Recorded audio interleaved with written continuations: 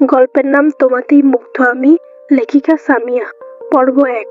রায়হানের গাড়ির চাকা মাঝপথে নষ্ট হয়ে যায়, আর এই সময়ে সে কোনো গাড়ি পাচ্ছিল না। কিন্তু তার খুব ইম্পর্টেন্ট একটা মিটিং আছে, সেখানে তার খুব তাড়াতাড়ি যেতে হবে।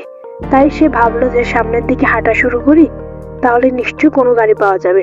সেই চিন্তা ভাবনা করে রায়হান সামনের দিকে হাঁটা শুরু করলো।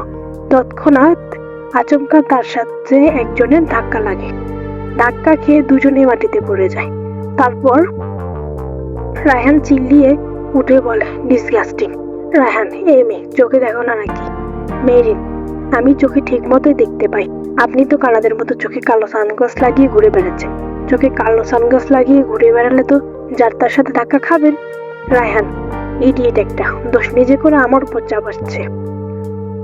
মেরিন, এই আপনি আমাকে ইডিয়েট বলেন কোন সাহসে? রায়হান, এই মেয়ে, গায়ে পড়ে ঝগড়া করছো কেন? সাহস তো কম না তোমার? মেরিন, আপনি তো আমার সাথে গায়ে পড়ে ঝগড়া করছেন। আপনি কি মন্ত্রী ম্যাজিস্ট্রেট যে আমি আপনাকে দেখে ভয় পাবো? রায়হান, আমি এই এলাকার চেয়ারম্যান শফিকুল চৌধুরীর একমাত্র ছেলে রায়হান চৌধুরী, সো সাবধানে কথা বলবে। মেরিন, তো কি হয়েছে?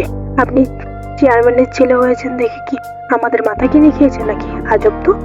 রায়হান, মেয়ে শোনো, তোমার সাথে শুধু শুধু ঝগড়া করার মতো সময় আমার হাতে নেই, বুঝছো? সরো সামনে থেকে। মেরিন, আমি কি ইচ্ছে করে আপনার সাথে ঝগড়া করতেছি? আপনি তো গায়ে পড়ে আমার সাথে ঝগড়া করাটা আগে শুরু করেছেন। আমারও না এত সময় নেই আপনার সাথে আজাইরা কথা বলার।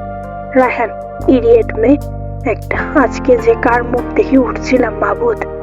মেরিন নিজে ভুল করেছে আর একটা সরি বলারও প্রয়োজন মনে করলো না।